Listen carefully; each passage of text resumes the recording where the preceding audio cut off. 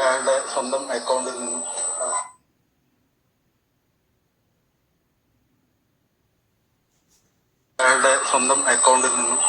$45,000 cash ആയിട്ട് പിൻവലിച്ച് വീട്ടിൽ വെച്ചിട്ടുണ്ട് എന്നുള്ള ഒരു വിവരം നമുക്ക് അറിയാനിടയായിട്ടുണ്ട്.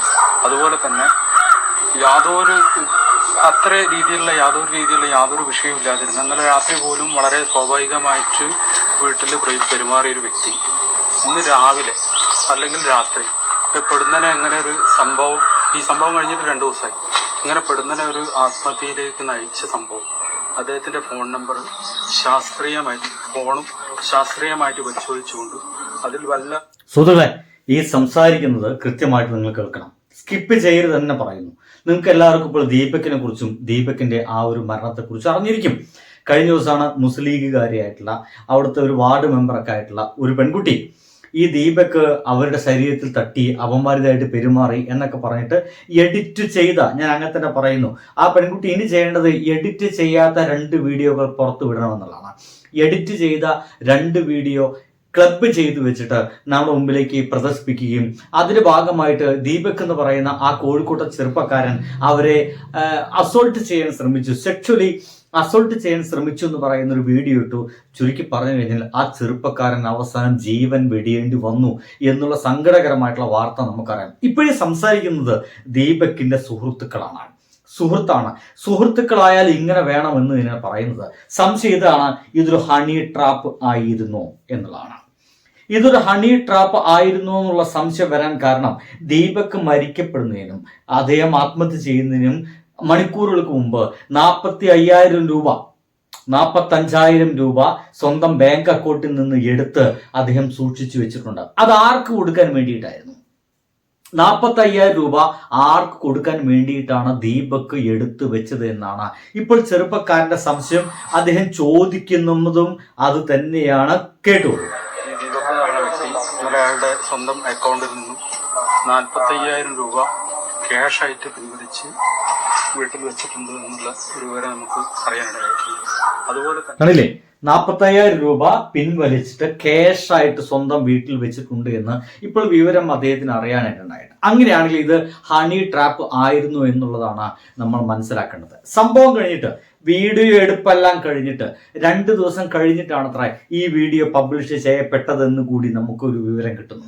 അങ്ങനെയാണെങ്കിൽ ആ 2 ദിവസത്തെ ഗ്യാപ്പ് എന്തിനായിരുന്നു? അവർ കേസ് കൊടുത്തിട്ടുണ്ട് പോലീസ് സ്റ്റേഷൻ എന്ന് പറയുന്നുണ്ട്. പക്ഷെ പോലീസുകാരും മറ്റും പറയുന്ന വിവരം വെച്ചിട്ട് അങ്ങനത്തെ ഒരു കേസൊന്നും അവിടേക്ക് കിട്ടിയിട്ടില്ല എന്നതാണ്. അങ്ങനെയാണെങ്കിൽ ഈ ഒരു ചെറുപ്പക്കാരൻ സെക്ഷുവലി അസോൾട്ട് ചെയ്യാൻ ശ്രമിച്ചു എന്ന് പറഞ്ഞുകൊണ്ട് ഈ ചെറുപ്പക്കാരനിൽ നിന്ന് പണം കൈപ്പറ്റാനുള്ള ശ്രമമായിരുന്നു ഇതിനിടയിൽ നടന്നത്. അത് ആരൊക്കെയായിരുന്നു? ഇവർ ഒറ്റയ്ക്കാണോ, ഇനി വേറെ ആരെങ്കിലും ഉണ്ടോ എന്ന് കൂടി അറിയേണ്ടിയിരിക്കുന്നു എന്നർത്ഥം. അങ്ങനെയാണെങ്കിൽ എൻ്റെ പൊന്നു സുഹൃത്തുക്കളെ, ഹണി ട്രാപ്പിന്റെ പേരിൽ കൃത്യമായിട്ടും മൊബൈൽ ഉപയോഗിച്ച് വീഡിയോ ചെയ്ത് താൻ എന്നെ സെക്ഷുവലി അസോൾട്ട് ചെയ്യാൻ ശ്രമിച്ചു എന്ന സംഗതി ഞാൻ നിങ്ങളെ പറ്റി പറയുമെന്ന് പറഞ്ഞുകൊണ്ട് ഇവർ 2 വീഡിയോ ആയിട്ടുള്ളത്. ഒന്ന് എഡിറ്റ് ചെയ്ത വീഡിയോ. ഞാൻ എഡിറ്റ് ചെയ്ത വീഡിയോ എന്ന് പറയുന്നത് ഒന്ന് അവർ ഇങ്ങനെ എടുക്കുന്ന വീഡിയോ ആണ്, ഇവർക്കിടയിൽ ഒരുപാട് ഗ്യാപ്പ് ഉണ്ട്. രണ്ടാമത്തത് ബസ്സിൽ നിന്ന് ഇറങ്ങിപ്പോകുന്ന വീഡിയോ ആണ്, ഇവർ അങ്ങോട്ടാണ് ചെല്ലുന്നത്. ഈ വീഡിയോ എടുത്തുകൊണ്ട് അവർ അങ്ങോട്ടാണ് ചെല്ലുന്നത്. ഒരു മനുഷ്യൻ ഇറങ്ങിപ്പോകുന്ന സമയത്ത് ഈ പെൺകുട്ടി അവിടെ ഇറങ്ങുന്നില്ലെങ്കിൽ എന്തിനായിരുന്നു അയാളെ പിന്നാലെ അങ്ങോട്ട് പോയത്? ഇയാൾ ബാഗ് ഉയർത്തുന്ന സമയത്താണ് കൈ തട്ടിയത് എന്ന് പറയുന്ന ഒരു വിവരം കൂടി നമുക്ക് കിട്ടുന്നുണ്ട്. വളരെ സ്വാഭാവികമായിട്ടത്. പക്ഷേ രണ്ടാമത്തെ വീഡിയോ, ഈ ഒരു എടുപ്പ് കഴിഞ്ഞിട്ട് ഇടതുവശത്ത് നിന്ന് എടുക്കുന്ന വീഡിയോ ഇല്ലേ, അത് സ്ലോ മോഷനാണ്. സ്ലോ മോഷന് പ്രത്യേകത ഉണ്ട്. വളരെ ഒരു ചെറിയ സെക്കൻഡിൽ നടന്ന കാര്യം ഒരുപക്ഷെ കുറേ നേരം നടന്നു എന്ന് നമുക്ക് തോന്നും. അതായത് ഇങ്ങനെ ചെറു തട്ടലുണ്ടായത് ഒരുപക്ഷെ വളരെ സ്ലോവിലി ആവുമ്പോൾ അത് കുറേ നേരം മനഃപൂർവ്വമായിട്ട് തട്ടിച്ച പോലെയൊക്കെയുള്ള തോന്നല് നമുക്ക് വേണമെങ്കിൽ ഉണ്ടാക്കാൻ സാധിക്കും. അതാർക്കും സാധിക്കുന്ന, വളരെ എളുപ്പം സാധിക്കുന്ന ഒരു കാര്യമാണെന്ന് അർത്ഥം. അങ്ങനെയാണെങ്കിൽ ഇതിന്റെ പുറകിൽ ഒരു ഹണി ട്രാപ്പ് ടീമുകൾ ഉണ്ട് എന്നുള്ളതാണ് ഇപ്പോൾ സുഹൃത്തുക്കൾ സംശയിക്കുന്നത്. കേട്ടു. യാതൊരു വിഷയമില്ലാതിരുന്നു. ഇന്നലെ രാത്രി പോലും വളരെ സ്വാഭാവികമായിട്ട് വീട്ടിൽ പെരുമാറിയൊരു വ്യക്തി ഇന്ന് രാവിലെ അല്ലെങ്കിൽ രാത്രി പെടുന്നതിനെ എങ്ങനെ ഒരു സംഭവം, ഈ സംഭവം കഴിഞ്ഞിട്ട് 2 ദിവസമായി, ഇങ്ങനെ പെടുന്നതിനെ ഒരു ആത്മഹത്യയിലേക്ക് നയിച്ച സംഭവം, അദ്ദേഹത്തിന്റെ ഫോൺ നമ്പർ ശാസ്ത്രീയമായിട്ട് പരിശോധിച്ചുകൊണ്ട് അതിൽ വല്ല മറ്റു രീതിയിലുള്ള ഭീഷണിപ്പെടുത്തലുകളോ അല്ലെങ്കിൽ ഏതെങ്കിലും തരത്തിലുള്ള കോഡുകളോ വന്നിട്ടുണ്ടോ എന്നും സൈബർ പോലീസ് വ്യക്തമായിട്ട് അന്വേഷിക്കണം. അതുപോലെ തന്നെ ഇപ്പൊ ഇന്ന് നോക്കൂ, അദ്ദേഹത്തിന്റെ സുഹൃത്ത് ഇതാണ്. എനിക്ക് സത്യം പറഞ്ഞു കഴിഞ്ഞാൽ എൻ്റെ പ്രിയപ്പെട്ട ദീപക്, താങ്കൾക്ക് നല്ല സൗഹൃദങ്ങൾ ഉണ്ടായിരുന്നു എന്നതിൽ എനിക്ക് ഭയങ്കര സന്തോഷം തോന്നുന്നു. നിങ്ങൾക്ക് നല്ല സൗഹൃദം ഉണ്ടാകും. നോക്കൂ, ഈ പറയുന്ന ചെറുപ്പക്കാരൊക്കെ ഈ പറയുന്ന സുഹൃത്തുക്കൾ വിളിച്ചും സംസാരിച്ചാൽ പോലും മാറാവുന്നൊരു വിഷയമായിരുന്നു. പക്ഷേ ആ ഒരു സംഭവം നടന്ന് 2 ദിവസം കഴിഞ്ഞിട്ടാണ് ഈ വീഡിയോ പബ്ലിഷ് ആയത് എങ്കിൽ ആ 2 ദിവസത്തിന് ഗ്യാപ്പ് എന്തിനായിരുന്നു എന്നുള്ള വിവരം കിട്ടണം. ശാസ്ത്രീയമായിട്ട് അന്വേഷണം നടന്നാൽ ദീപകിന്റെ ഫോണിലേക്ക് വിളിച്ചത് ആരൊക്കെ, എന്തിനു വേണ്ടിയിട്ടാണ് പണം അതിൽ നിന്ന് പിൻവലിച്ചത്, എന്താവശ്യത്തിന് വേണ്ടി, ഇനി ആരെങ്കിലും വിളിച്ചിട്ടുണ്ടെങ്കിൽ അത് എന്തൊക്കെ കാര്യങ്ങൾ, ഇതൊക്കെ വളരെ ഈസിയാണ് നമ്മുടെ ഈ ലോകത്ത് കിട്ടാൻ. അപ്പൊ ചെറുപ്പക്കാരൻ പറയുന്ന പോലെ, ഈ സുഹൃത്ത് പറയുന്ന പോലെ ആ വഴിക്ക് പോവുകയാണെങ്കിൽ ഇതിന് യാഥാർത്ഥ്യം മനസ്സിലാകുമെന്നർത്ഥം.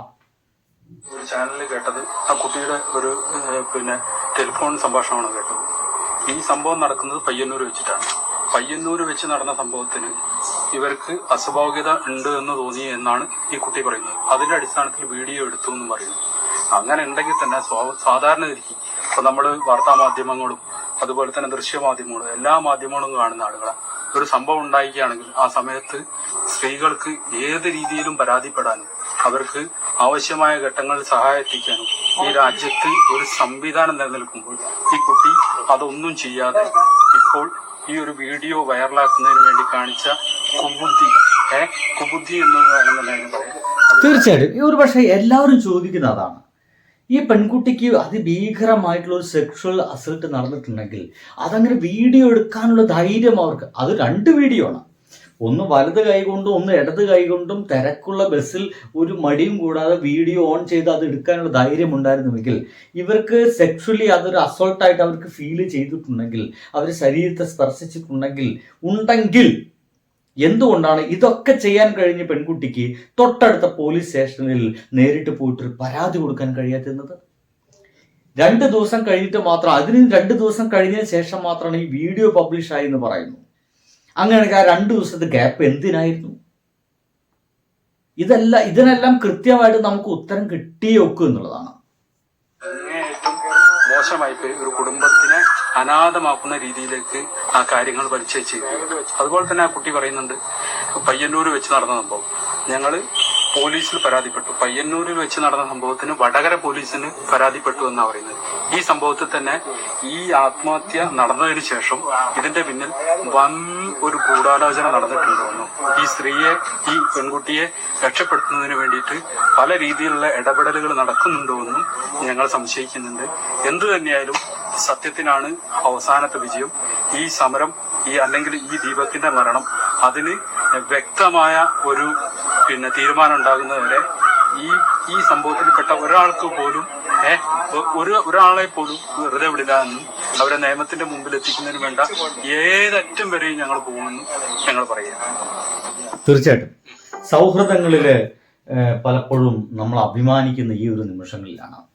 ആ സുഹൃത്ത് പറയുന്നത് കുറ്റക്കാരികളെ ഉണ്ടെങ്കിൽ കുറ്റക്കാരന്മാരും അവരെ പിടിച്ച് തീർച്ചയായിട്ടും തുറുങ്കിലടയ്ക്കുമെന്നാണ്. അവരടച്ചു നോക്കൂ. തീർച്ചയായിട്ടും ഇത്രക്കാരൊക്കെ ജയിലിൽ കിടന്നു നോക്കൂ.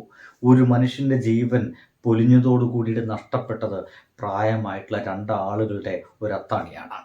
തീർച്ചയായിട്ടും ഇതിന് പുറകിൽ ഇങ്ങനൊരു ഹണി ട്രാപ്പ് ഉണ്ട് എങ്കിൽ ആ 45,000 രൂപ ആർക്ക് കൊടുക്കാൻ വേണ്ടിയിട്ടാണ് ദീപക് എടുത്തു വെച്ചത് എന്നടക്കമുള്ള വിവരങ്ങൾ തൊട്ടടുത്ത വരും ദിവസങ്ങളിൽ നമ്മുടെ മുമ്പിലേക്ക് എത്തുമെന്നുള്ള കാര്യത്തിൽ സംശയമില്ല.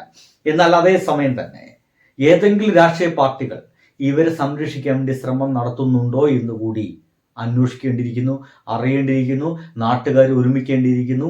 അവർക്കെതിരെ, കുറ്റക്കാർക്കെതിരെ ശക്തമായിട്ടുള്ള നടപടികളുമായിട്ട് നമ്മുടെ സിസ്റ്റം മുന്നോട്ട് പോകേണ്ടിയിരിക്കുന്നു. ബൈ.